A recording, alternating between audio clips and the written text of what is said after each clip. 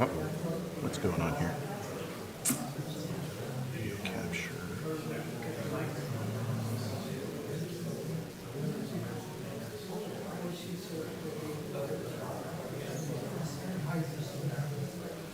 That's forward. Fit to screen. There we go. Okay.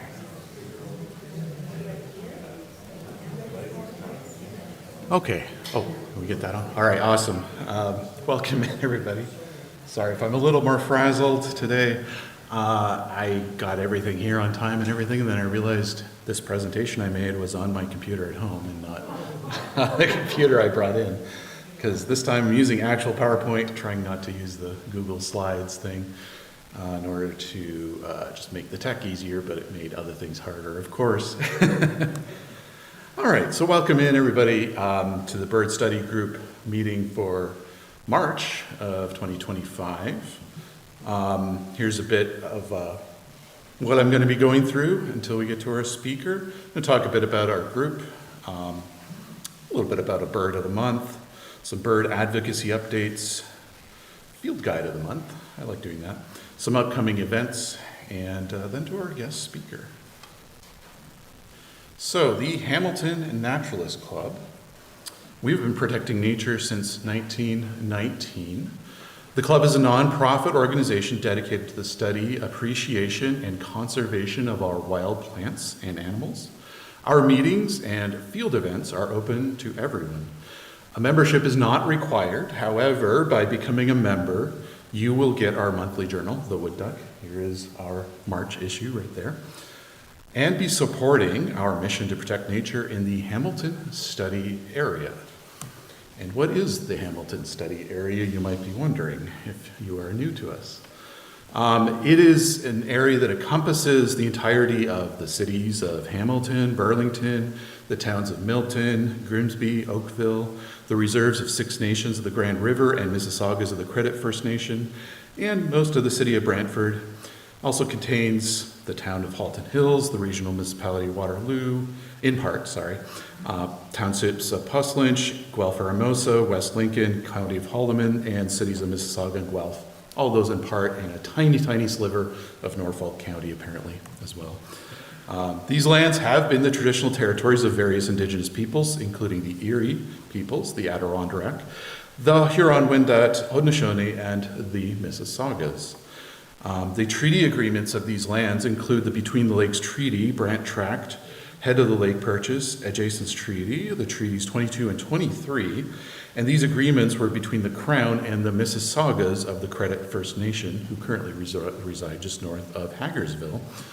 Additionally, these lands are covered by the Dish with One Spoon Wampum Belt Covenant, which was an agreement between the Haudenosaunee Confederacy and the Anishinaabe to care and share for the resources around the Great Lakes.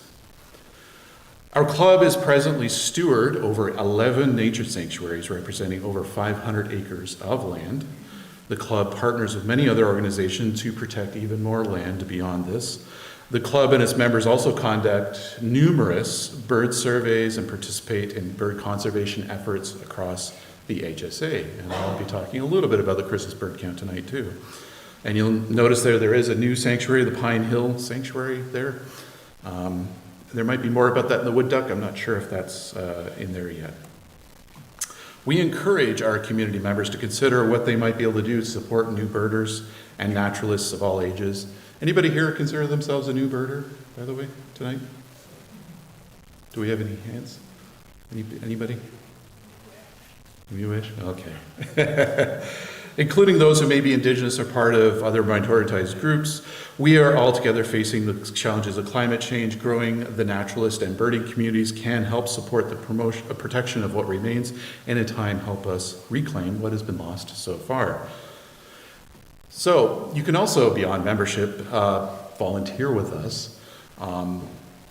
This slide I didn't update. We have a sanctuary director now, so that's taken. Grants and fundraising director, though, we are certainly looking for. I believe.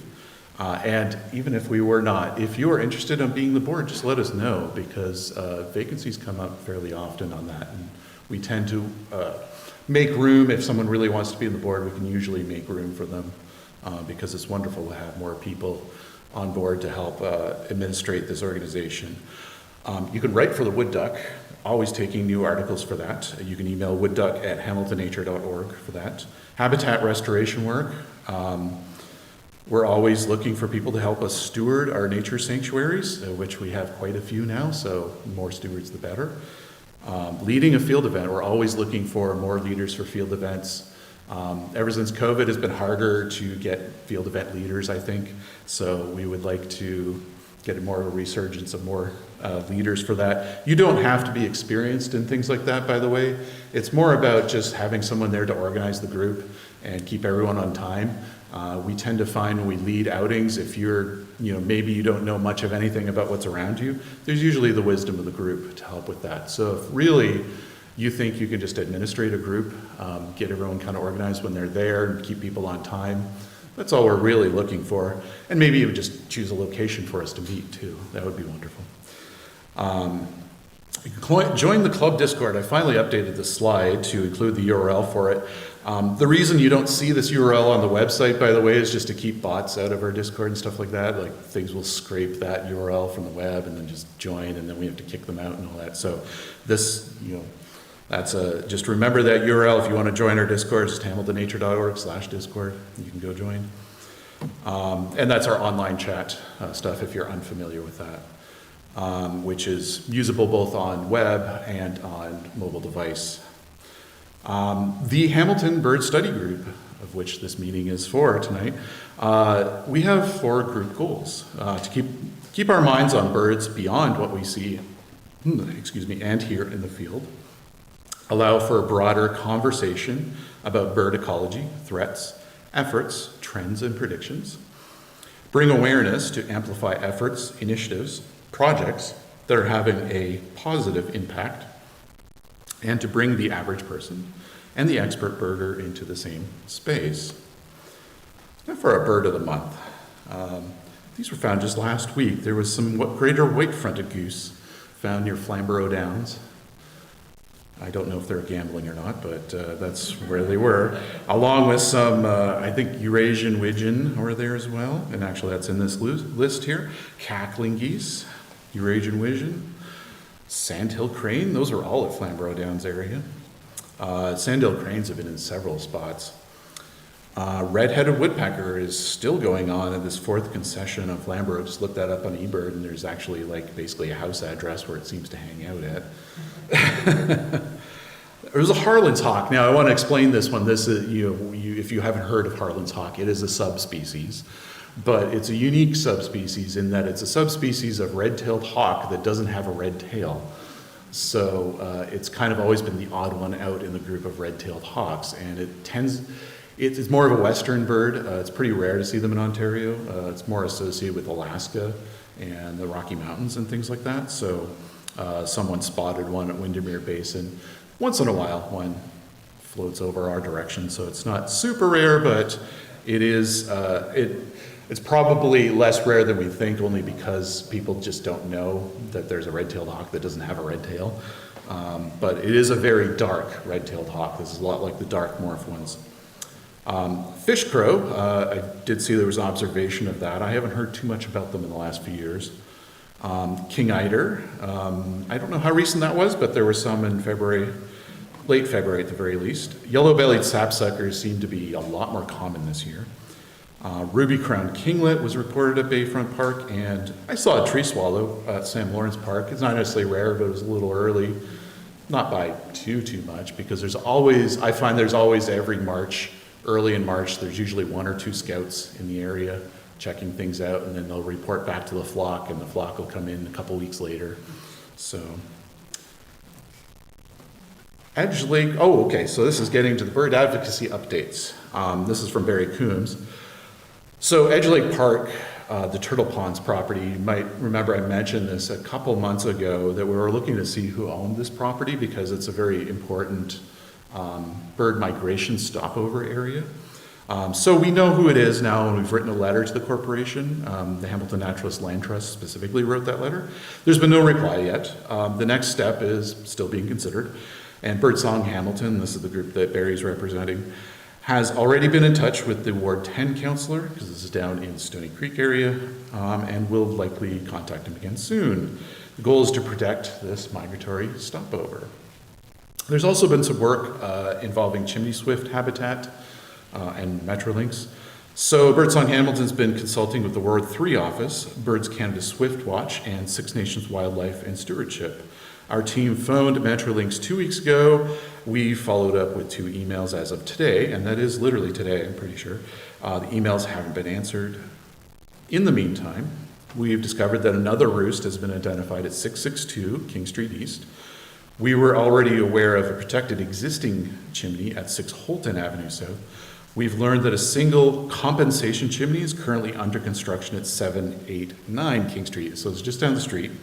Photos show some progress. So what's going on here is that there is a chimney that's been found that holds swifts in it, but it needs to come down for the LRT. So what they are doing is building another chimney nearby and doing a bit of an overlap. They're not tearing down that chimney yet. They're building another one first and see if they can attract them to move chimneys, essentially, before tearing down the other one. At least that's how I read it, so maybe don't entirely quote me, but that seems to be what's going on here. So here's the construction notice about it. It's noted that the median spring arrival date is April 24th for the chimney swifts. So I don't think they're going to be running early in a year like this year, but who knows. The earliest arrival dates have been April 11th, April 15th, which is around when this work is scheduled to be finished. Our email to Metrolinx posed several key questions. For example, what design protocol is being followed to make the compensation chimney suitable as a possible roosting and nesting? So I can't answer those things. It sounds like Birdsong Hamilton's unsure of those things either, so they've asked Metrolinx what's going on there. But if you'd like to assist with the monitoring of this, there's Barry's email address right there, barryfcoombs@gmail.com. So a little update from me on the Hamilton Christmas bird count and other bird counts. Quick version here, basically, we got 100 species on the day, 6 count week species, so 106 species. This is one of the bigger Christmas bird counts in the region, that's for sure. 37 common ravens was a really notable number. That is almost double the record previous. 141 red-bellied woodpeckers, that is a new record. This species and Carolina wren, just both of them have been climbing nearly every year. Sometimes they skip a year, but this is definitely a year where they've been setting records with 183 Carolina wren. That's a lot of wren. But we did have some shortfalls this year. Not a lot of owling was done, not a lot of feeder counting was done. So just in future years, if you are thinking, hey, Boxing Day, I don't really want to get out there for the Hamilton Christmas bird count, but I have a feeder and I live in the circle, consider sending us an email with your eBird list that day, even if you're just there for a few minutes, and tell us, watch the feeder for 15 minutes, here's my birds. That helps a lot. So just to give perspective, we got 7 hours total of feeder counters, that's party hours, versus 230 hours out in the field, so it's a bit of a discrepancy there. Same with owling, there's only 4 party hours this year, and this is the first year in a while we had no great horned owls at all on the day of. That had to be a count week bird, basically. Flamborough, and by the way, that was the 104th, I want to say, or 105th Christmas bird count for Hamilton, so it's been going a long time. For the Flamborough count, which this is the 4th year of it, 53 species the day of, 2 on the count week, so 55 species total. So notables were 3 snow geese, 12 bald eagles. 7 Carolina wren may not sound like much, but our very first count 4 years ago had 0. And then there was dribs and drabs, maybe 1 or 2 each year, and suddenly we got 7, so that's a significant bump.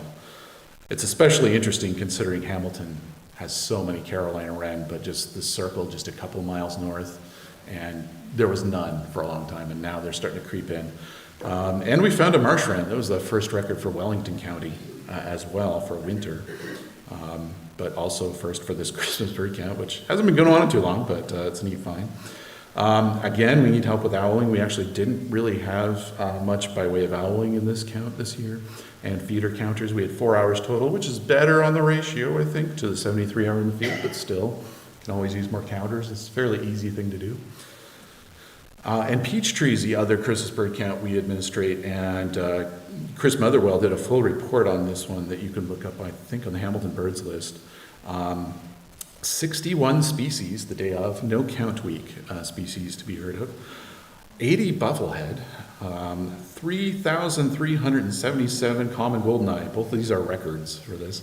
Now this count is well known to be a duck count. There's a lot of waterfowl in this count. 22 common raven, 139 horned lark, and it's the 10th year anniversary of it, actually. The owling was pretty small, just under 2 hours. Feeder counter was actually pretty good compared to the amount in the field. It was over 10%, so that's pretty good for that one. So yeah, spring is here.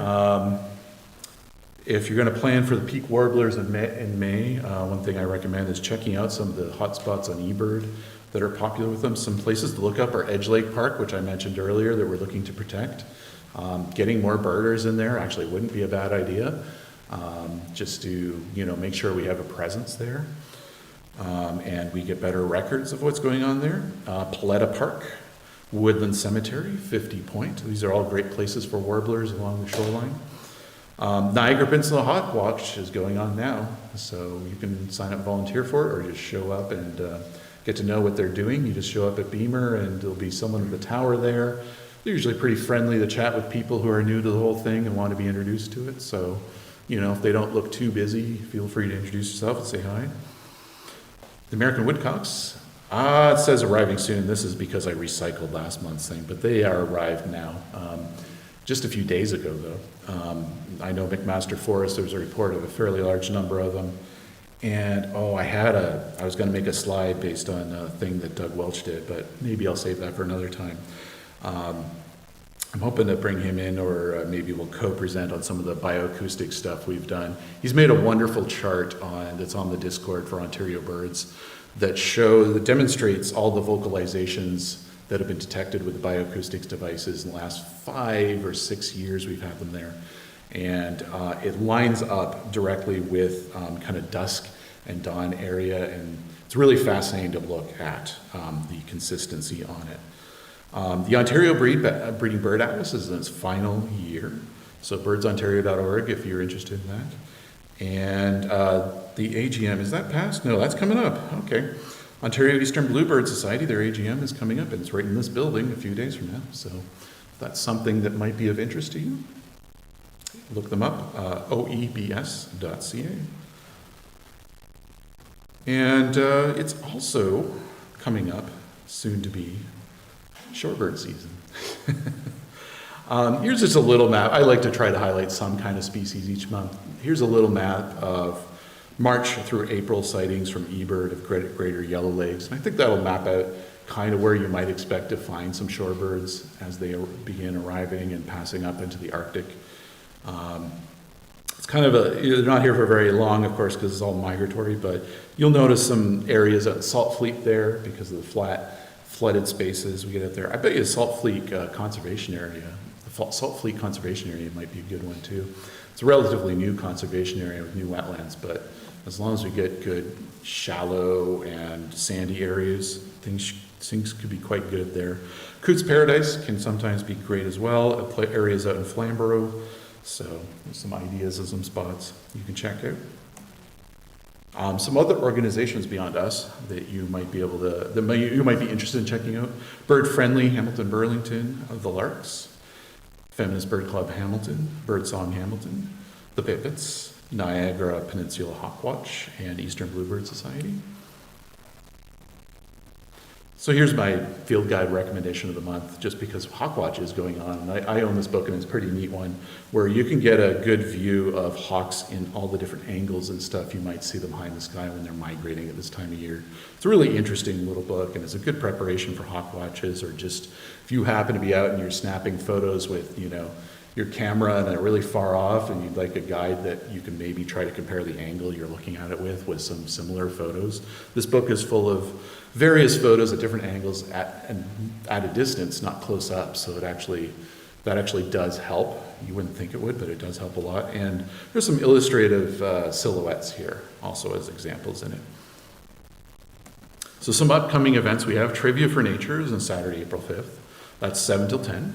I didn't put where it is on here. I should have done that. Well, check our website, hamiltonnature.org. But it might be here. Is it? Does anyone know? Is it actually in St. Paul's United Church in Dundas? Okay, thank you. So it's a popular night. I haven't personally been there yet, but apparently a very popular event, and it's to support the club's stewardship work. Tickets are $15 a person, and this is general trivia, I believe, not just nature trivia. So bring your favorite snacks. Beer, wine, and non-alcoholic drinks will be available at the Cash Bar. And contact Land at hamiltonnature.org if you have questions. Jen will get back to you. There's a tree planting coming up at Sheila Dunduli Nature Sanctuary on April 12th at 10 a.m. So join us for a tree planting event. New and seasoned tree planters are welcome. Gloves and shovels will be provided. Trees will be plugs or 1-gallon pots. Participants may have the opportunity to tour the site and see ongoing projects. So again, RSVP to Jen, Land at hamiltonnature.org if you're interested in that. Some additional acknowledgements for tonight. First, I'll start with the refreshments that have been provided by Dina and Catherine. They need some more help with the refreshment committees, so we would love to have 1 or 2 more volunteers with that. So is Dina and Catherine, yeah. So there's a hand up. So go find Dina if you're interested, because we'd love to have more people to help out. Yeah. So you have 2, Ellen and Anne, some cookies, and so we need more. That would really help. Excellent. Good, and thank you for all that. Also, you might have noticed some field guides out on the table out there. They were donated by Caroline Osborne on behalf of her late husband, Terry. He would be very happy to know that people are making use of them, and there's a donation jar if you want to donate to the club on behalf of that, but it's not necessary. You do, as long as they're getting used, they'll be very happy about that. So I haven't really talked about this on any slides yet, and it's because for me it's going to be kind of the end of the year a little bit, because I can't actually be here next month because I'm double booked. I'm speaking for the Durham Naturalist Club, something I've been booked for almost a year on. Next club meeting date, April 28th. So this is my last meeting of the year. So one of the things I do is I produce a podcast called Songbirding, and it's field recordings of me out in the field, kind of guiding it like I would have guided a field event walk, essentially. It's just audio only. And it's very oriented towards birdsong and understanding what you're hearing in the various places I go around to. But this is the time of year to listen to things like this, because we're going to have a lot of birdsong hitting us. We already do. I actually feel my field season started on Saturday, because after that rain, I went down to Selkirk, and it was just explosive down there with song sparrows, grackles, American robins. The gulls were incessant. It sounded like there was a bazillion gulls there. You could hear them from the road, like where you park at the entrance of Selkirk. You could hear them from there, and they were out on the shore. So there's a lot going on already. There's over 200 episodes, 85 hours of walks on it. You can find it on any podcast network or songbirding.com. This year I'm actually going out to do some recordings in Alberta as well, so I can get some western birds. But so far everything I've covered right now is mostly Ontario. The current new stuff coming out is Pennsylvania, in Allegheny National Forest, somewhere that's very quiet. Us field recorders, try to avoid all the anthropogenic sound we can, so a deep forest is a lovely place for something like that, to not be hearing highways and so on all the time. Also, I had recorded for so many years in Ontario due to COVID. I just wanted to get out to somewhere new, so I did that. I'm also working on another birdsong related project. I'm seeking vintage birdsong recording albums, e.g. vinyl, cassette. So if any of you have some of those sitting around and you're like, oh, I'm never going to use this, and you were thinking of getting rid of them or something, send me a note. Or if you have something that's weird and interesting and you do want to keep it, just send me a picture of it so I know that it exists out there, because there's not a great amount of documentation about this stuff out there. I had someone tonight bring me one that I'd never heard of before, and it wasn't really well listed, documented online. So yeah, I'll be away next month. I'll see you in September. So the next HNC General meeting in April is going to be on the importance of small wetlands in recovery at-risk species with Dr. Pat Chow-Fraser from the Department of Biology at McMaster University. And that will be Monday, April 14th. So the next club meeting, next bird study group meeting is April 28th, and it's going to be a bit of a mystery for now because we had our speaker cancel on us, unfortunately. She has some illness that is going to take quite some time to recover from. So I am currently seeking a speaker, so if you have any ideas or suggestions or you yourself have something you might want to present on, let me know. I've put the feelers out there and put some, information out there to try to get some people, and I got some people who are interested but not available that night. Which actually is nice because now I have extra people for next year, but I do need someone for April 28th. I would fill in myself if I wasn't in Durham at the same time. So there is that. So yeah, send an email to birdstudygroup@hamiltonnature.org if you got ideas or whatever, and I've sent some emails out again, and we'll see what we get. Thankfully, it's a very late in the month presentation, so I actually have a lot more time than, one normally would if you between meetings, but I still do want that. I was aiming to get that filled in by tonight, but unfortunately we don't have that. But we do have tonight speaker, Kyle Horner, is doing a deep dive into the state of Canada birds. So I heard about this report of the state of Canada's birds. I heard about it around the time I was taking over this position, and I thought, oh, there's something we can get a presenter on from Birds Canada. So I reached out to Jody Allaire, and he sent me over to Kyle. And I'm really happy to get to watch this and participate in this. The report was released in late 2024. It's a one-stop shop information of how birds in Canada are doing. So in this talk, Kyle will be looking at how the state of Canada's birds was built, what it is, what it tells us, and what you can do to help birds across the country. The state of Canada's birds was developed in partnership by Birds Canada and Environment and Climate Change Canada. And join me in welcoming Kyle up, and we'll have a brief break as we switch the tech around here.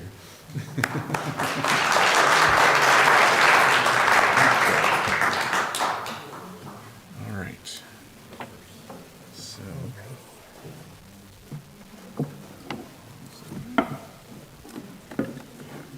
that in, and well, I guess this is plugged in here, doesn't matter. Okay.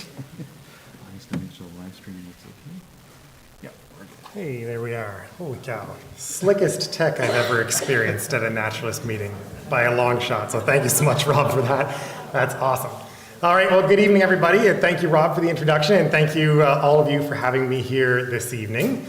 My name is Kyle, as you heard, and I do work for Birds Canada. And in particular, I work with something called Nature Counts, which is Birds Canada's open data platform. So it's this big technology platform that collects as much data as it can about birds in Canada and then shares those data for research and conservation work. So it's all about data, really, which is why at this point in my introduction, I like to clarify that I am not a data scientist. I always feel the need to make that caveat because we're going to talk about data tonight, but I am not a data person by nature.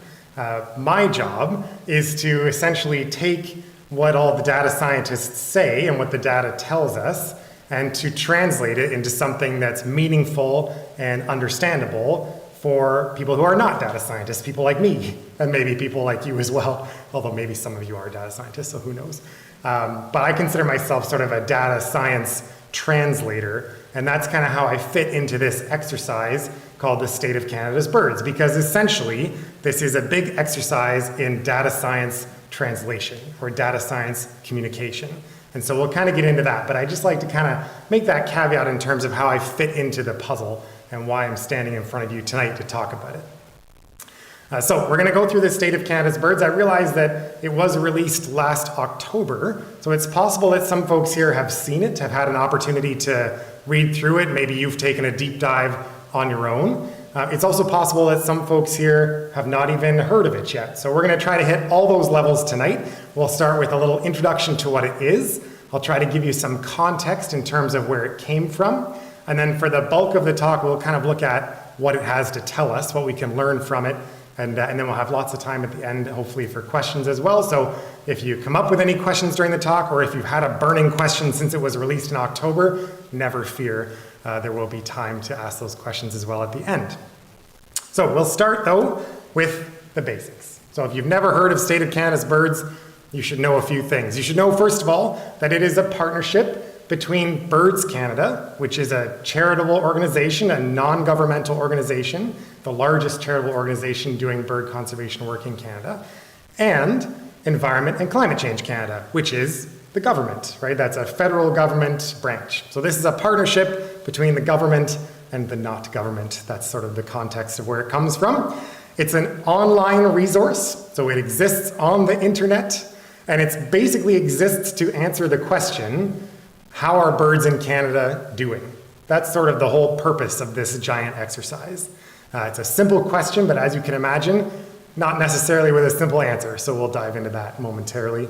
And it's meant to be a tool for everyone. So the idea of State of Canada's Birds is that it's meaningful and it's useful for bird scientists, bird researchers, conservation actors, policymakers, decision makers, and your neighbor who never thinks about birds, and everybody in between. So there's something in State of Canada's Birds for, I hope anyways, for literally everybody, no matter what your relationship is or isn't with birds.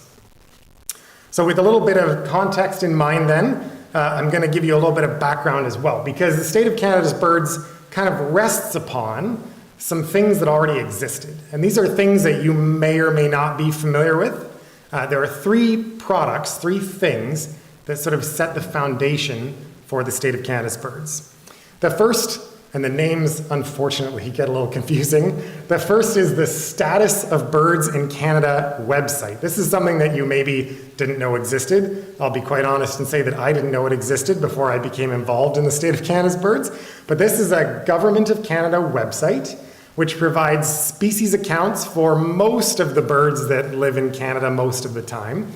And it gives you some expert analysis and data relating to that bird. It's basically telling you how the population of that bird is doing in Canada. So with lots of information, it's very information dense, which in a little way is maybe its downfall because it's also not very approachable. It's not very user-friendly, especially to folks who are not maybe bird researchers or Government of Canada biologists. So not the most approachable resource, but definitely has lots of good stuff in it, lots of good information. On the flip side, we have something called the State of Canada's Birds reports. These are two standalone reports, one in 2012 and one in 2019, published by something called NABC Canada, which is the North American Bird Conservation Initiative, with a bunch of partners, which included Birds Canada. And these reports are a snapshot of the state of birds in Canada at that time. And instead of giving species by species breakdowns, they group the birds together into some big chunks, some big groups, and they try to tell some important stories and give that sort of big picture of what's going on with birds in Canada and motivate people to help. So these are user-friendly, they're nicely designed, they're relatively easy to read, but they only give you that broad scale information, and they're fixed in time. They're fixed to the year that they were published. They were actually like a print product or a PDF, so they can never really be updated. They're kind of static. And then the third thing that lays underneath State of Canada's Birds is that Nature Counts data platform that I mentioned at the beginning. This is a Birds Canada product. It contains 250 million bird records. It's the largest collection of bird data anywhere in Canada, but it is a resource for raw data. And raw data is not that useful to your neighbor who doesn't know much about birds, because what are they going to do with all that raw data? This doesn't have a lot of interpreted information that you can sink your teeth into. So these three things already existed. And the idea of State of Canada's Birds is to take the best parts of these three things and put them together into one cohesive product. So we want that user-friendly, approachable nature of the previous reports. We want that in-depth expert analysis of the Status of Birds in Canada website. And we want to leverage all of those incredible data that are contained within Nature Counts. That's the idea. And so that gives rise to the state of Canada's birds as it exists today. So that's all your background, that's all your context. Or what I haven't told you really so far is what is it? So what does it look like when you interact with it? So the State of Canada's Birds, really, it's a resource in two parts. The first part is a report.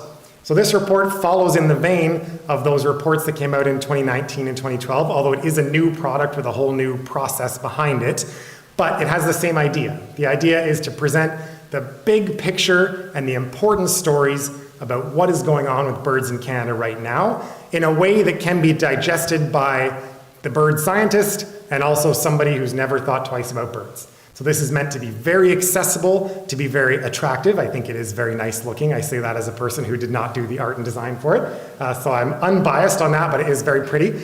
And it's meant to give you just those important key points, the water cooler points, the big stories.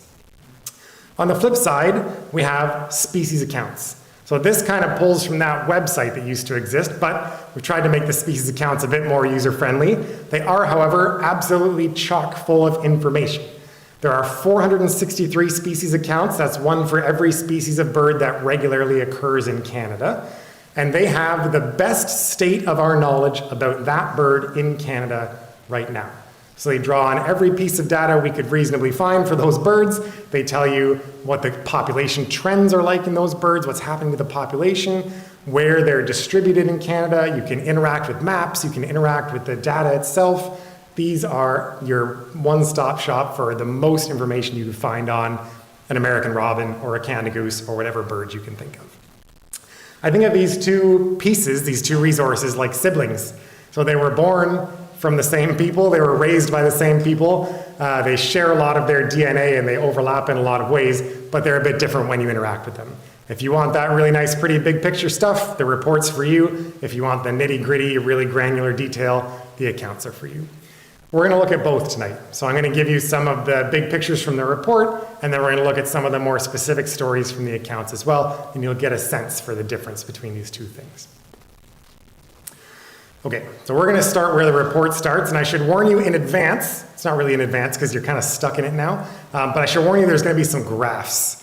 I wouldn't stress too much about the graphs. It's kind of impossible to do this without graphs, but don't worry about them, especially if they start to look a little bit daunting. I will explain the important parts, so there's no need to stress if you're not a graph person. Not a problem at all. But we're gonna start with this one, and this graph will look familiar if you saw either of those previous two reports. This is a graph we affectionately call the spaghetti plot, for hopefully obvious reasons. And this comes right up front in the report, and it sets the tone. And it sets the tone by dividing birds into 10 big groups that we feel tell important conservation stories. So these 10 groups are gonna permeate throughout the report. We're gonna give each one a nice up-close treatment. This graph shows what has happened to the populations of those groups of birds since 1970. Why 1970? It's just when our really good bird data starts. So our good, reliable bird data for most of these groups starts in 1970. That's kind of convenient because it gives us a 50-year window, which is a nice long period to look at these trends over. And you can see that some of those groups of birds, their populations have changed in a positive way, they've increased. Some of them, their populations have changed in a negative way, they've decreased. And we'll get into some of the detail on that momentarily. The second figure you'll find right up front in the report is this one. This gives us a breakdown of all the birds that regularly occur in Canada based on what their population has done. So rather than looking at the groups, this looks at individual species. And we can see that, maybe surprisingly, about a third of the species that regularly occur in Canada have populations which have increased since 1970. And to me, if you're like a bird person and a nature person, this comes as a bit of a surprise because we're so used to hearing about things declining, about things in trouble. But about a third of our species in Canada have increased in the last 50 years in their population. And there are some possible reasons for that, and we'll touch on that a little bit later. But just an interesting thing to notice. Maybe less surprisingly is that more than a third of the species have declined in the last 50 years. And I think that's something that probably most of us would expect. We all know of birds that are not doing well, and there definitely are some that are not doing well, so well worth noting, and we'll talk about some of those as well. What comes as a little bit of a surprise to me is that 12% of the birds are what we call data deficient. That means that we simply don't have enough information to know whether their populations have gone up or their populations have gone down. And that surprises me because we think of birds as being a very well-studied group of animals. And they are. They're one of the best studied groups of animals probably in the entire world, largely owing to birders, because there's such a huge community of people out there watching them, collecting data, participating in citizen science. And so we do have a lot of information on birds, and yet over 10% of the species in Canada, we don't have enough information on to know what's going on with their population. So that tells us that there still are gaps, there still are things we need to learn about the birds that live in Canada. So having gotten this brief overview, I'm going to tell you, I can't tell you all the stories from the report because we don't have time, but I will give you what I think are the 5 most important stories from the state of Canada's birds. So the 5 like water cooler stories, if I could give you 5 messages from this report, this is what they are. So that's kind of how we'll structure the meat of this talk. And if you held my feet to the fire and you made me name the #1 most important thing that you should take away from the state of Canada's birds, I think it's probably this one. So this is grassland birds. Grassland birds are in crisis, and we use the word crisis in a very deliberate way. This is the only place we use it in the report, is with grassland birds. They are in big, big trouble. And now this is the graph from grassland birds in the report. It has 3 lines on it, and that's because for some of these groups, we divide them into smaller groups. So the line for grassland birds as a whole, that's in the middle. That's the line in the middle, and that shows a decline as a group in grassland birds of about 67% since 1970. So that's 2/3. That's a major, major decline in the group of birds. Very, very concerning. Even more concerning than that is the line on the bottom. That line is for what we would call native grassland specialists. That's for grassland birds which rely on native prairie grasslands to survive, and their population as a group has declined by 90%. 90%, that's a group of birds that's just disappearing. So it doesn't take you don't have to be a statistician to know that that's big trouble, right? Like that's a big number and that's very, very scary. The problem for grassland birds, for these native grassland specialists, is absolutely the habitat that they live in. No birds maybe tell that story better than the longspurs. So these are prairie birds. We have chestnut collared longspur on top, Birds Canada's avian ambassador this year for good reason, and thick-billed longspur on the bottom. Now these graphs come from the species accounts. They look a little more daunting, but again, don't stress about the graphs too much. The big important numbers are up there for you. The graphs are there just for your interest if you're into that sort of thing. But you can see that these birds have declined very, very drastically, 95% for chestnut collared, 98% for thick-billed longspur. These are birds that absolutely need native prairie grassland to survive. We think of the prairies as a huge grassland, right? When I picture the prairies, I haven't spent much time there. I picture the prairies as a great big grassland. And once upon a time, it was. But today, the grassland of the prairies is changed. It's broken up, it's fragmented by agriculture, by development for cities and roads, by resource extraction in some cases. So that big continuous grassland is now really just a few small remnant chunks here and there. And that's the problem for these birds. They need grasslands to survive, and so grassland conservation and ideally restoration on the prairies is going to be absolutely critical for these birds to persist.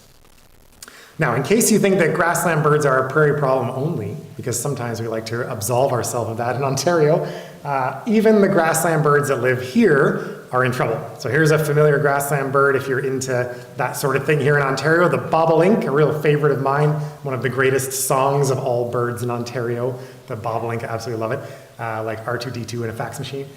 They are in trouble too, so 79% decline in the last 50 years. Now this is a bird that also lives on the prairies, but the declines in bobolink are consistent all the way across the country, including here in Ontario. So our grasslands are important too. They may be smaller, we don't have as many, but the birds that live there are also in need of our help, so something to keep in mind. Okay, story number 2, and another not so good news story, I'm sorry to say, is shorebirds. So shorebirds have also declined 42%, and actually with shorebirds, we're looking at a shorter time frame because our shorebird data only goes back to about 1980. So in 40 years, shorebirds have declined by 42%. Also very concerning, of course. Only one line for shorebirds because they're all showing kind of the same situation. And a big part, shorebirds are a more complicated story than grassland birds, but a big part of the issue for these guys is that many shorebirds nest in one of two habitats which is in trouble. Either the Arctic, so many of our shorebirds, they're migrating to the high Arctic, or prairie wetlands. There are lots of shorebirds like willet, for example, which nest in prairie wetlands. Both of these places are showing the effects of climate change. So for two separate reasons. In the Arctic, climate change is causing what we call asynchrony. So the reason that shorebirds, like maybe a whimbrel, migrate to the Arctic, the reason they make that huge journey is to take advantage in the Arctic of the emergence of insects and also of berries in some cases. And climate change is changing the timing of those events.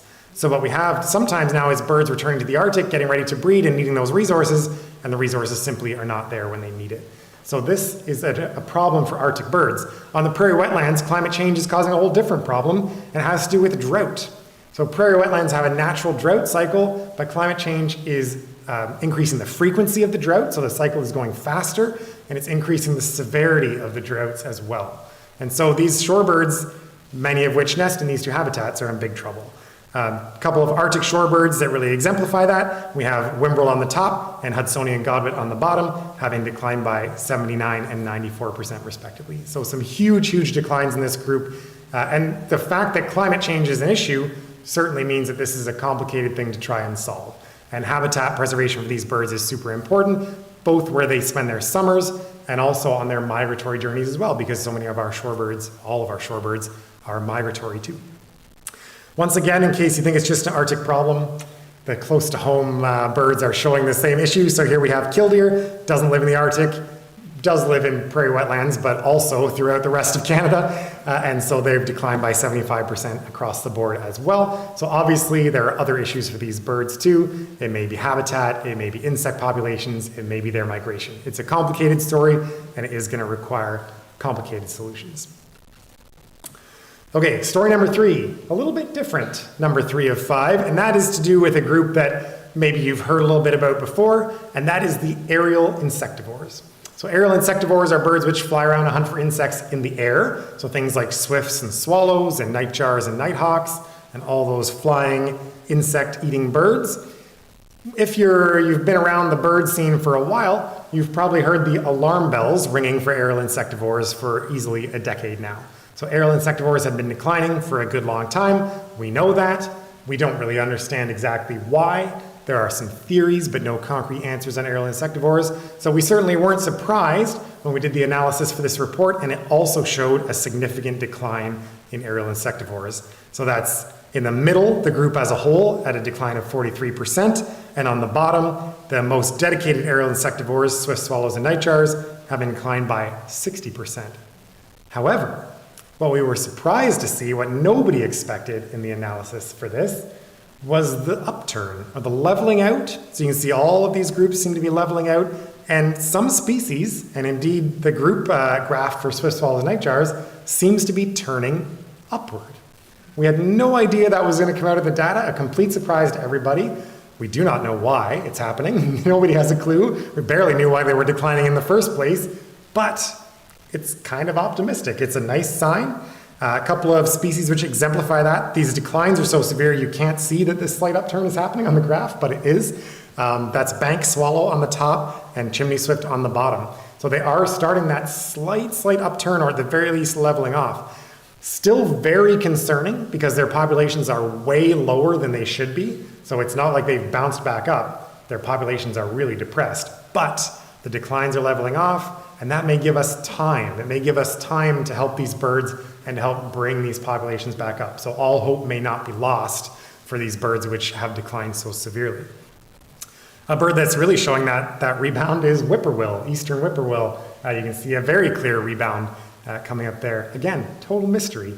So this report really kind of discovered that for the first time, and it's going to take more work to figure out exactly why. But it's just a reason to double down on the conservation of these birds and to work really hard to keep that upward trend going, because maybe something we're doing is working.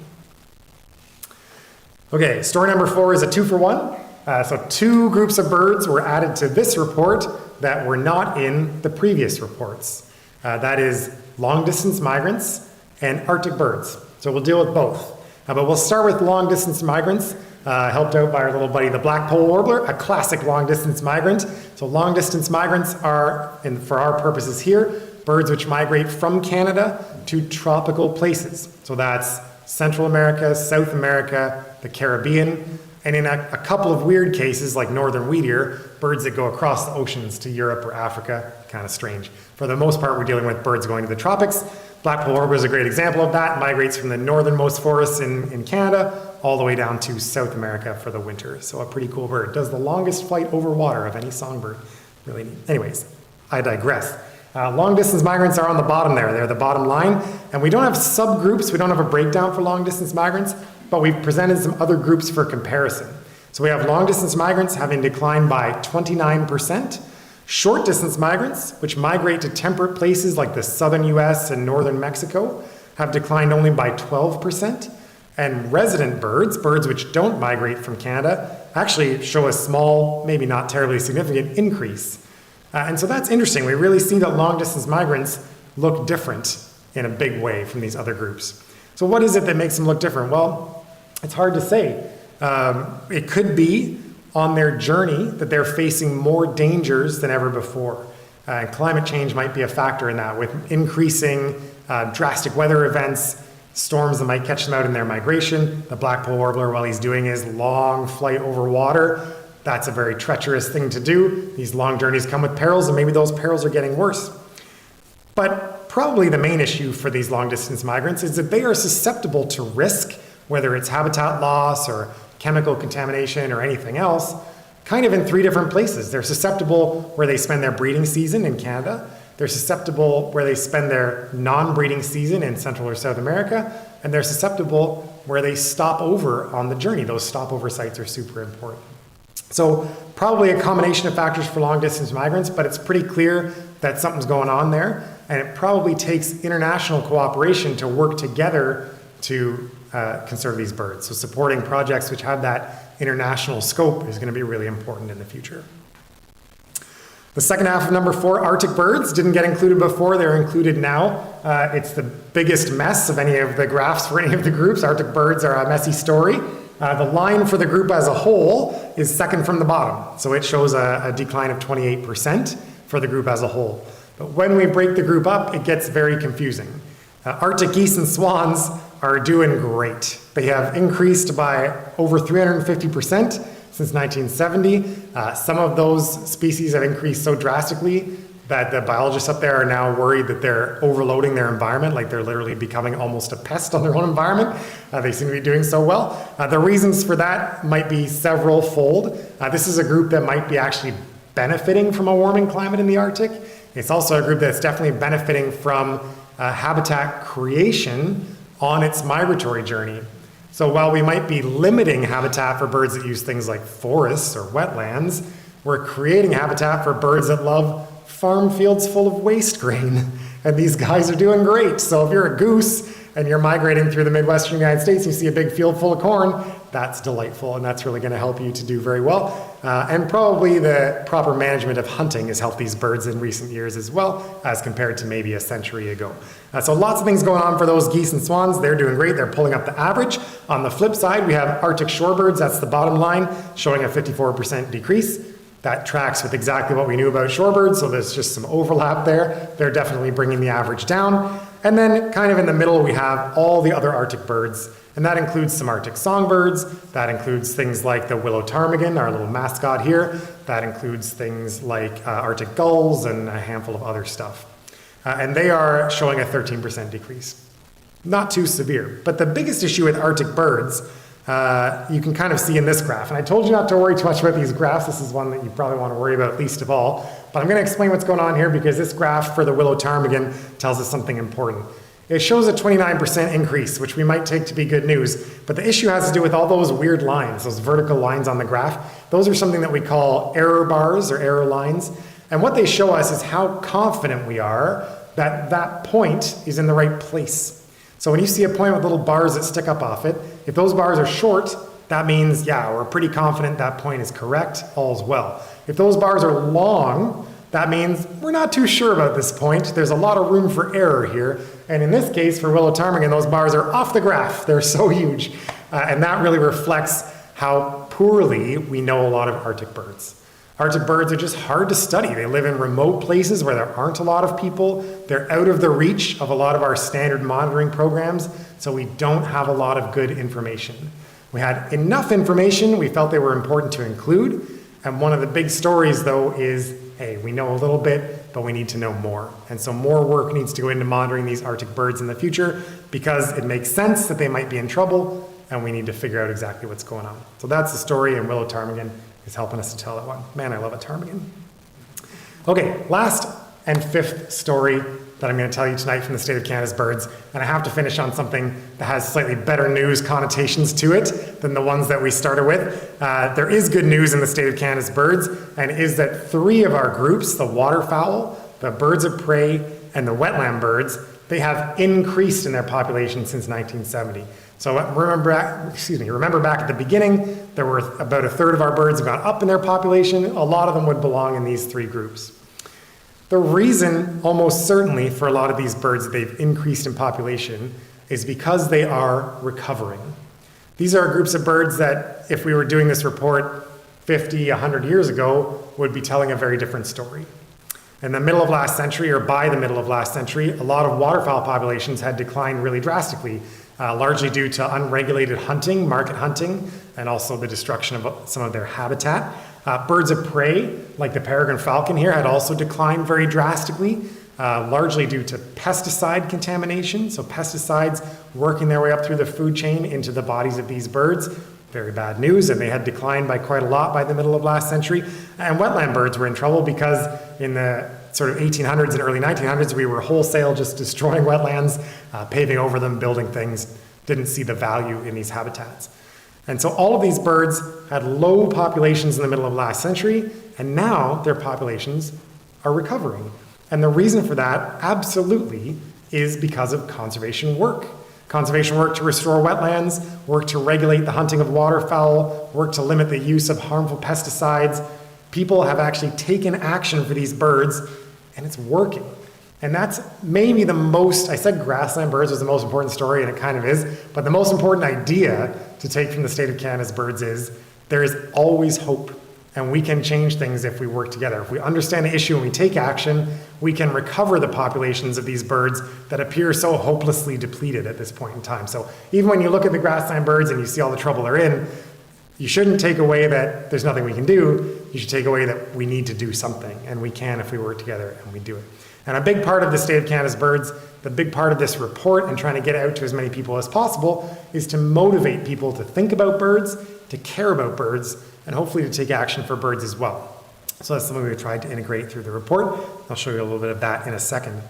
But a couple of examples of these birds that are increasing. The poster child, the absolute poster child for conservation success in North America is the peregrine falcon, a familiar species, I'm sure, here in Hamilton or Burlington. Lots of peregrine falcons hanging around and some good easy ones to go see. Peregrine falcon across North America has recovered by over 370% since 1970. In some more localized areas, that recovery is like 1,000% or more. It's wild how drastically they've increased. Peregrine falcon is one of those raptors that was hit by pesticide poisoning very severely in the middle of last century. A pesticide called DDT might be a familiar name to a lot of folks because the story did the rounds, worked its way up through the food chain. It got into the bodies of peregrine falcons. It caused them to lay soft eggs, so much so that when the female would sit on her eggs, she would break them. And so that obviously is a very significant problem for this species.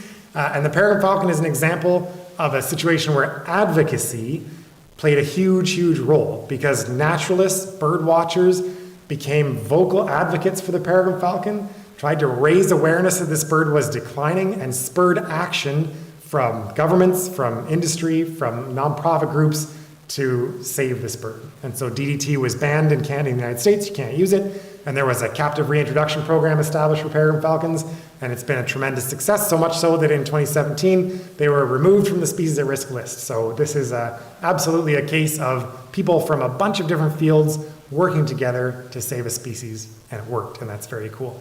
The peregrine falcon is not alone in that because DDT was the same pesticide that affected osprey and forced osprey to disappear from much of inland North America, and bald eagles as well. That's why bald eagles were so uncommon on the Great Lakes for such a long time. Both of those species making comebacks, osprey having done so in a very obvious way, bald eagle even now still coming back, right? It's not so long since they began nesting at RBG. They nested last year on the Toronto waterfront, so this is a species that's still recovering and still doing better and better after that decline.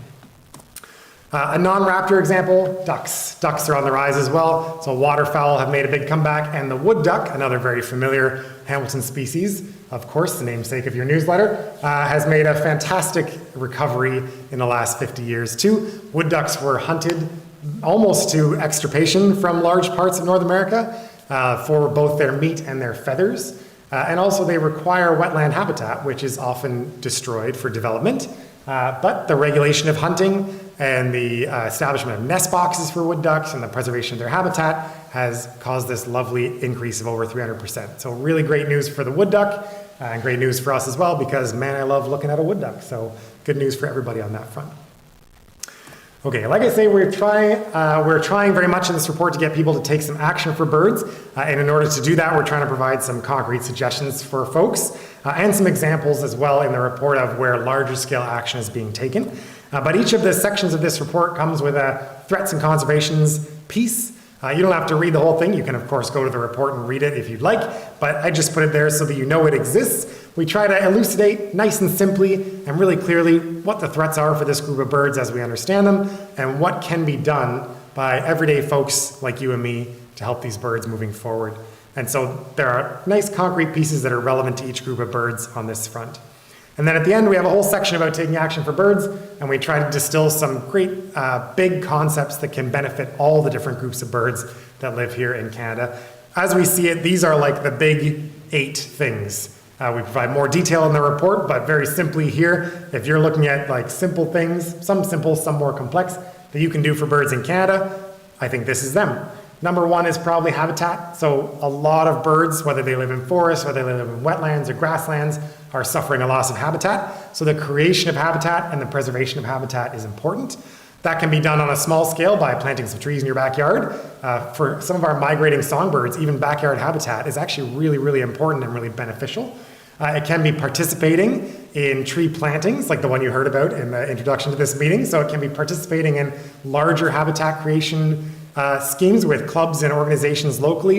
It can be supporting organizations that protect habitat if you're able to do so. It can be voting for people that you think are going to protect habitat. So there's lots of different ways to approach the habitat thing from very small to very big. Fighting climate change is important. That's obviously a huge and almost nebulous concept for a lot of folks. Obviously, it requires governmental action and action by industry, large-scale action, but there are little things that you can do as well. I'm sure we've all heard about the little things we can do to reduce our emissions, reduce our carbon footprint. Tons of things you can Google on that front. And you can also try to support politicians and organizations that have good mandates when it comes to climate change and fighting climate change. It's not too late. On a smaller scale, things you can do at home, keeping cats indoors, so important. Cats, a huge human-caused cause of mortality for birds. Outdoor free-roaming cats, just bad news all around. I love cats, I'm sure we all do. Keep them inside or outside on a leash or in an enclosed space is okay as well. Preventing window collisions, there's some recent research that has elevated window collisions to the same order of magnitude as cats for bird mortality, so it's more severe than we used to think it was, and that goes for windows on skyscrapers in cities. It also goes for residential windows, even in not cities, in rural areas as well. So if you have a home with windows and you can treat those windows to help prevent collisions, that's a fantastic thing to help save birds, especially as they migrate to and from the boreal forest, let's say. Choosing bird-friendly products if you're able, things like bird-friendly coffee, things like FSC-certified paper products. You know, we talked about these migrant birds being vulnerable to forest loss in the tropics, and that forest loss could be for growing things like coffee, or things like paper products, right? So choosing certified bird-friendly products if you're able, if you have the financial ability, can be a wonderful way as well to ensure that things that you buy are not negatively impacting birds. That goes for ocean-wise seafood and all those other things as well. Buying less and producing less waste. So something as naturalists we should all strive to in our lives, I think. The less you use and the less you produce, the better your impact is on the environment. Advocating for birds, something that you are doing as an organization, which I think is really awesome. Naturalist organizations have a huge role to play there. We need to be a voice for birds because industry, politicians advocating for birds is not their business, so we need to bring it to them. We need to make it their business and be a voice for birds, make sure that that's a priority for the people who hold the power and can make decisions.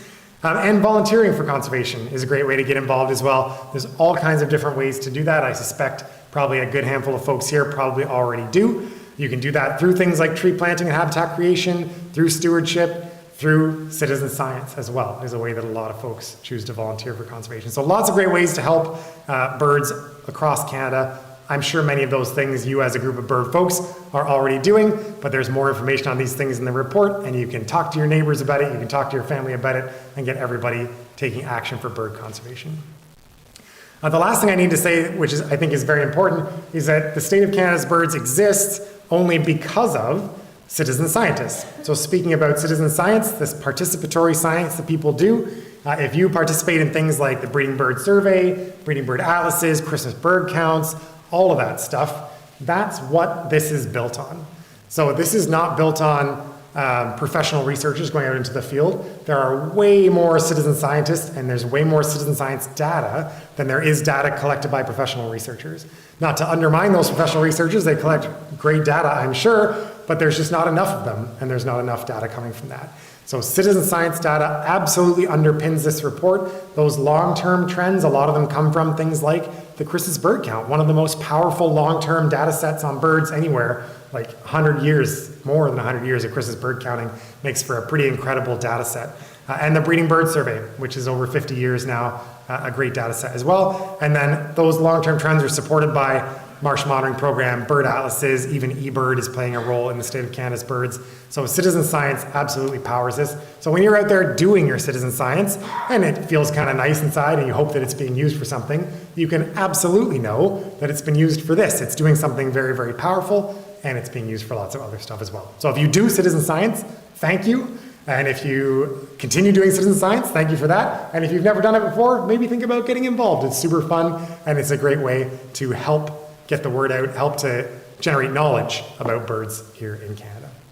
So that brings me to the end. If you haven't had a chance to check out the report yet, please do. The report and the accounts, stateofcanadasbirds.org is the website, so you can find it pretty easily, or you can get to it from Birds Canada's website as well. So I hope you'll check it out and share it with everybody you know, and make sure that everybody's aware of what's going on with birds in Canada and how they can help.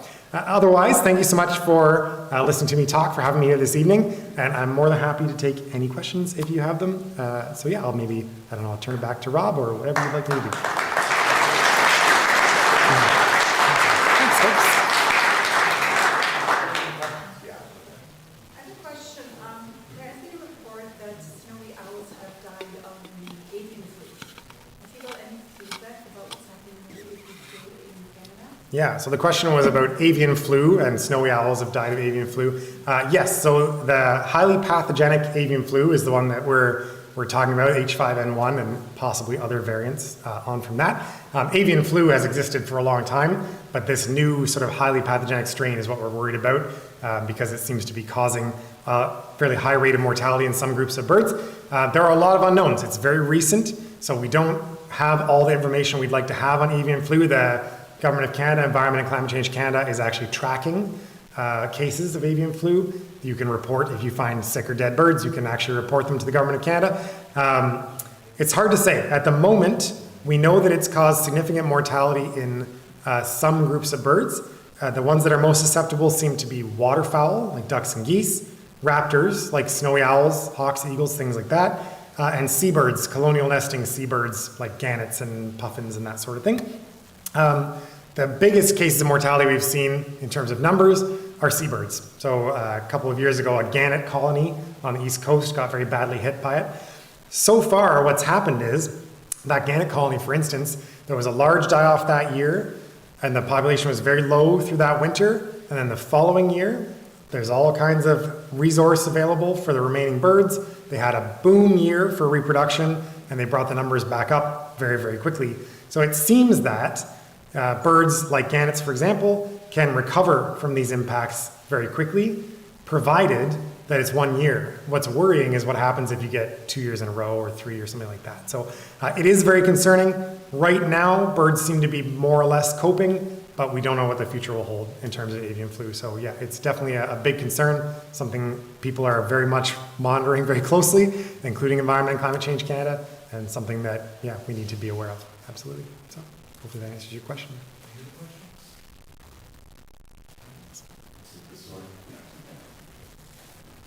I had two database questions. Sure. So one, I'm already afraid. the Merlin app, was data collected from there used in the study? From Merlin, yeah, Merlin is I'm not sure, I don't know how submitting data through Merlin goes. It's very closely tied with eBird, so I suspect it probably goes into eBird, does it? So I actually do work on Merlin. Okay, It is kind of randomly drawn from eBird and the Collie Library. right, So it pulls from those and then the annotators like myself annotate include the clips that are selected for those species. right. So you're not submitting through Merlin, there's not a, No, right, They did used to for a while have a created eBird list for Okay. Merlin sightings. They got rid of it, it was too much junk data. Right. For sure. Yeah, so eBird data, which Merlin and eBird being so closely tied, eBird data is used in the state of Canada's birds, not in those big trend graphs, because for a couple of reasons. One is that eBird is simply not really old enough. I mean, eBird is relatively new, although there are historical records in it. The other is that eBird doesn't, what it doesn't do is give you absence data. So when I submit a list to eBird, I submit a list of all the birds I saw, but it doesn't submit a list of birds I didn't see, if that makes sense. So I'm going to go out and do some walking around. I'm going to say, well, I saw 5 robins and 3 crows and 2 chickadees. But you can't really be sure that I didn't also see a cardinal somewhere and just not write it down. Whereas if I'm doing a formal survey, I'm being very conscientious to submit everything I saw, so you can assume that things I don't submit are things I didn't see, if that makes sense. So yeah, it's just a little bit less controlled in terms of the effort in the survey. So it's not as useful for those long-term trends yet, although there's work being done on how to actually leverage eBird for long-term trends. But where it is used is in the species accounts in the distribution. So we're talking about where birds occur in Canada and when they occur. eBird data is fantastic for occurrence like that, and so it's used in there, yes. Oh, amazing. Thank you. My second question, with some of the data points, I noticed that a few of the birds had a, I can hear you without. a few of the birds had a bump in and around that 2020 mark. Was that due to lockdown? Do you have to know lockdown? Oh, that's a good question. Yeah, I didn't notice that myself. So a few of the birds had a bump in the 2020 realm, and is that due to lockdown? It shouldn't be, because the way the data are analyzed, it controls for effort. So if there are more surveys, it shouldn't give the bump, because it's about the percentage of detections on surveys, if that makes sense. So if I do 10 surveys and detect it twice, or if I do 20 surveys and detect it 4 times, that should give me the exact same number. So I wouldn't think so, but it's probably slightly more complicated than that. Yeah, like if people had more spare time on their breeding bird survey, maybe they paid more attention, or they, like there's other possible factors that could account for that. So it's hard to say. It's hard to say, and I don't have a good answer for it. It shouldn't affect it just because people did more surveys, but maybe there's something going on there that we don't fully understand. Yeah, it's an interesting question.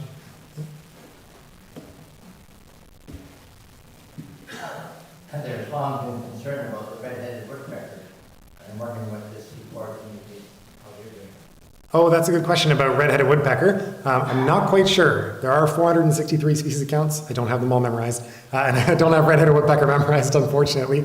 Yeah, I'm not quite sure. To be honest, I would have to have a look.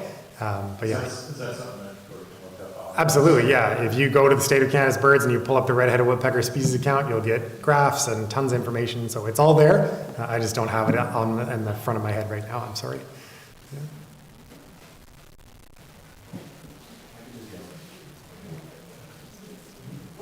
The most important thing you can do to help grassland birds or the Canadian birds and Yeah, so what's the most important thing we can do to help grassland birds? Certainly, especially in Ontario, with the bulk of that problem occurring in the prairies, it feels like a faraway problem, and it can be pretty tricky to think about what you can do. And it comes down to habitat conservation, which can be a very difficult thing for an individual to take action on. If the issue is monocropping in the prairies, what do you do as an individual? It requires larger scale action. I'll tell you one thing that Birds Canada is doing. So Birds Canada has this thing called the Bird Friendliness Index, And what that is a way to measure the quality of habitat in a working landscape on the prairies for birds. So if you have a farm or a ranch on the prairies, you can go and do this bird friendliness index process, and that tells you how good or how poor your land is for birds. And then Birds Canada is working to incentivize landowners to change their practices to be better for birds. So that's one way that Birds Canada is trying. So as an individual, probably the thing you can do most of all is to support organizations that are doing that work. Here in Ontario, if you want to help protect Ontario grassland, you know, it's a little bit smaller and a little bit more approachable in that way, but it probably still comes down to sort of looking for organizations that are working on grassland in Ontario, unless you happen to be a landowner that has grassland on your property or things like that, and advocating certainly. I know, you know, especially in Southern Ontario, what limited grassland there is tends to be really favored for development. And so being an advocate, trying to influence that, trying to be a voice for those birds is important. But you're right, it's a very difficult thing for individuals to have an impact on, absolutely. Yeah. How did you feel the media picked up on this report? And then what could we be doing locally to keep raising the awareness on this with our own local media? Yeah, for sure. The media uptake on this actually, I thought was very good. Great credit to Birds Canada's communications team, who did a really phenomenal job getting it out there. So yeah, we had quite a bit of media coverage. We had TV spots and radio interviews and newspaper articles and lots of social media coverage, which was great. But it can be a bit of a flash in the pan thing, you know, because the report comes out and everybody buys into it, and then next week everybody's moved on to something else. So continuing to share the messages from the report, continuing to share the important things to know about birds in Canada is vital. And that can be as simple as like chatting with your neighbor or chatting with people. Like you can share it in your day-to-day life. Social media is great for that. Birds Canada continues to post on social media about it, so you can amplify those messages in that way. And the report is very easy to share. Being an online resource, it's easy to share as well. So yeah, I think definitely through social media is great, through personal communication is great. You know, any other way you can think to do it. We're always game to participate too, so if you've got an idea, you just let us know and we can write articles, we can get out there, whatever needs to be done. But yeah, we're happy to spread the word in any way we can. Yes, I'd like to add in respect to grassland birds. I mean, it's a mistake to think of grasslands as always being sort of pristine habitat, but specifically about bobolink in Ontario, because one of the most common sites for it is a hayfield. Yeah. And sometimes it can be something as simple as getting a farmer to delay harvesting to allow the birds a chance to successfully nest. And sometimes that's an easy thing to do once people know. Yeah, absolutely. In Ontario, they use a lot of hay fields, probably in the prairies too. And that the bobolink doesn't double brood, so if you can delay the harvest to a certain date, it can be tricky to do because there's an economic incentive not to delay the harvest. I'm not a farmer, so I shouldn't speak with too much authority, but my understanding is that it can make the difference in some cases between 2 harvests of hay and 3 harvests of hay if you delay. So yeah, it's tricky, but if we can get people to do it, if you have friends, family who are farmers, if you are able to have that discussion, I think that's great and it can make a real difference. Definitely hayfield is not their most original native habitat, but it works for them if that harvesting is delayed, absolutely. So yeah, if you can spread that message, that's fantastic as well. Mm-hmm. I just have a question about Birds Canada's influence on provincial parks and national parks. Okay. Are they influencing bird conservation at all? I don't know, I do a lot of birding at Bronte Creek, and in talking to some of the rangers there, they actually don't have any knowledge of bird, like their migration, what they eat. They cut down trees, they plow fields, like they are doing a little bit better with the bubbling for protecting the grasslands. But I just wondered if Birds Canada can do something to influence something that is Ontario run, like our provincial parks. Yeah. Yeah, I don't know. I mean, Bronte Creek is such a sort of recreationalized park too, such a tricky one in such a populated area. In some cases, Birds Canada is working with parks on specific initiatives in different parts of the country. We don't have, as far as I know, sort of a broad scale engagement with, say, Ontario parks. Or even Long Point, like things that are close to. Yeah, I'd say it maybe is possible, certainly. I'm not sure, to be honest. The answer is I don't know. I don't think we're doing anything currently. But could something be done? That's a very good question. Yeah, I'm wondering, maybe I can give you my email address or something. We can always do a little digging, but yeah, that's tricky. There's so many fronts to attack it on, and you can't do it all, but maybe there is some way to engage with them, yeah, certainly. Yeah, if we could just follow up on the last couple of points about trying to get farmers, economic actors, or government actors to change their behavior. As you say, there are many people, and too many organizations or individuals to engage with Rural Canada. But how does the public engage with them? I could give an example here from Scenic Drive up on the mountain where the cutting of grass was delayed up to a point to allow birds to nest. Now they cut it just before the last population monarch butterflies is laying its eggs, so they the time right. But actually engaging with the city in that one aspect is extremely cumbersome. So providing guidelines for individuals to do that advocacy could be really helpful, even for Canada to maybe increase its reach by helping others to do that. Yeah, that's a really good point. Individual advocacy, I wouldn't claim to be an expert on it, and it is very, very difficult and very cumbersome, especially with governments, with municipalities and things like that. I think if you were able to leverage the collective voice of a group like this is really valuable as well. It gives you a little bit of credence. You're not just one person sort of yelling into the void, you're a group of concerned individuals. But yeah, no, it would be good to have some guidelines for that, and maybe that's something we could work on in the future, because I don't know where you would find, I'm trying to think of other organizations that might have that kind of guideline, but it is very difficult, and yeah, I wouldn't claim to be an expert on it, but it's something that's sorely needed, as you say. Well, my son works for the maintenance on highways, and we actually do have a cut we can't cut before that. Oh, nice. We protect that one. Oh, nice. That's great to hear that it is in place in some places. He takes care of from Grant all the way to Waterdown Road. Awesome. Yeah. Oh, it's great to hear, and even with the farmer you mentioned in the back who is delaying their cut, it's great to hear that is happening. I remember when that sort of became a thing for bobolink, when it became listed as threatened. I was working for the Canadian Wildlife Service at the time, and there was a lot of debate about how that was going to be implemented, because you literally have to ask people to affect their livelihood, essentially. Farmers just in their regular operation were going to be now potentially killing a species of risk, which is punishable by law and all that. The sort of calling the feds on them to come and get them because they're damaging species of risk habitat is not usually the right approach. Like, something more collaborative is usually better. So it's great to hear that, even if it's not perfect, that it is happening in some places, and hopefully continues to do so. Any other questions, Tom? I have one more, but I can be loud. Go for it. What is the data tracking for climate change and the impact of climate change? I know we say climate change is impacting the species population, but are there actual data points? I know with gray jays, in Algonquin especially, the fluctuation in temperatures is really impacting the overwintering. How much are you tracking, what the temperatures are and how that's impacting the population in those areas?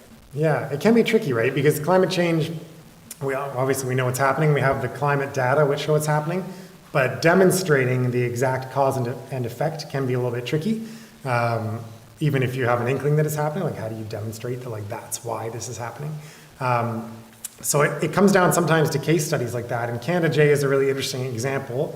Canada Jay, if you're not as familiar with Canada Jay, so Canada Jay, or Grey Jay as it was called, they cache food for the winter, so they store food in tree hollows and things like that through the winter, and they rely on it staying frozen through the winter. That food could be like a dead rodent, it could be berries, it could be whatever they can find.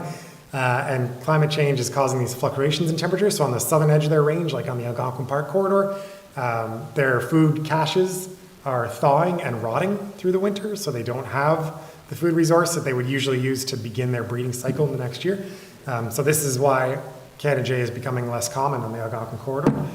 So that case study is really valuable, and there's a lot of research that's gone on through the University of Guelph actually on Canada jays in Algonquin to kind of elucidate that connection.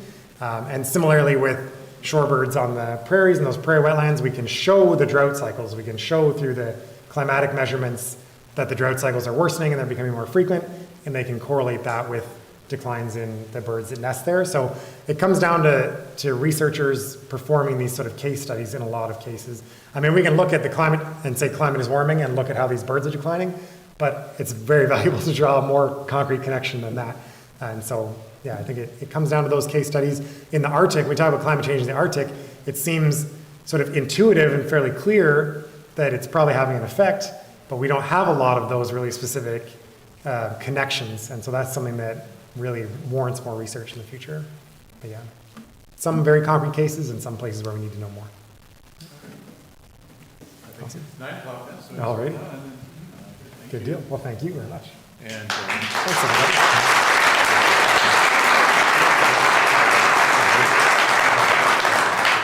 just a reminder, we have out there not only the refreshments, but also those field guides that have been donated. By off chance, anybody here who's maybe a relatively new birder or just for some reason doesn't have a general field guide? Put a hand up if you happen to be someone who just doesn't have a general bird field guide. So I kept one out just so that we could hand it to a newer birder right there. Okay, I'll get you a Sibley guide. Oh, right there too? There is two Sibley guides, and we'll discuss which one we get teaching. Because I did want to make sure those go to someone who's going to make use of them. Thank you, everybody. We're back here April 28th with who knows who yet, but check online. We'll announce what that is, who that speaker is. And yeah, have a good night. And reminder, this is all live streamed as well and stays on YouTube. So if you need to review anything, you just go to our YouTube channel and see it there. Have a good night, everybody.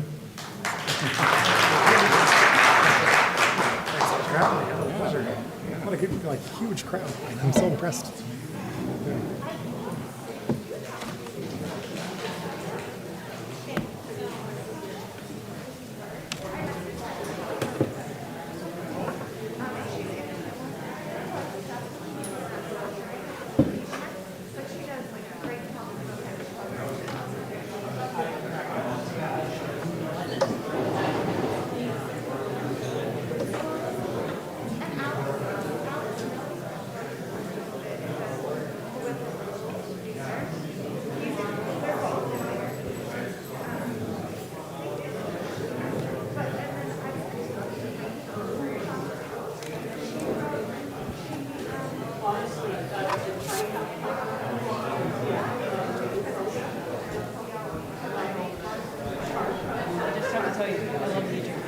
I'm going to be really sad after the Atlas ends this year. I have to go back to eBird. Sad. Got to find another project. Yeah. Is there any more in Ontario? There are projects in music. Terra Nocturnalis. What else?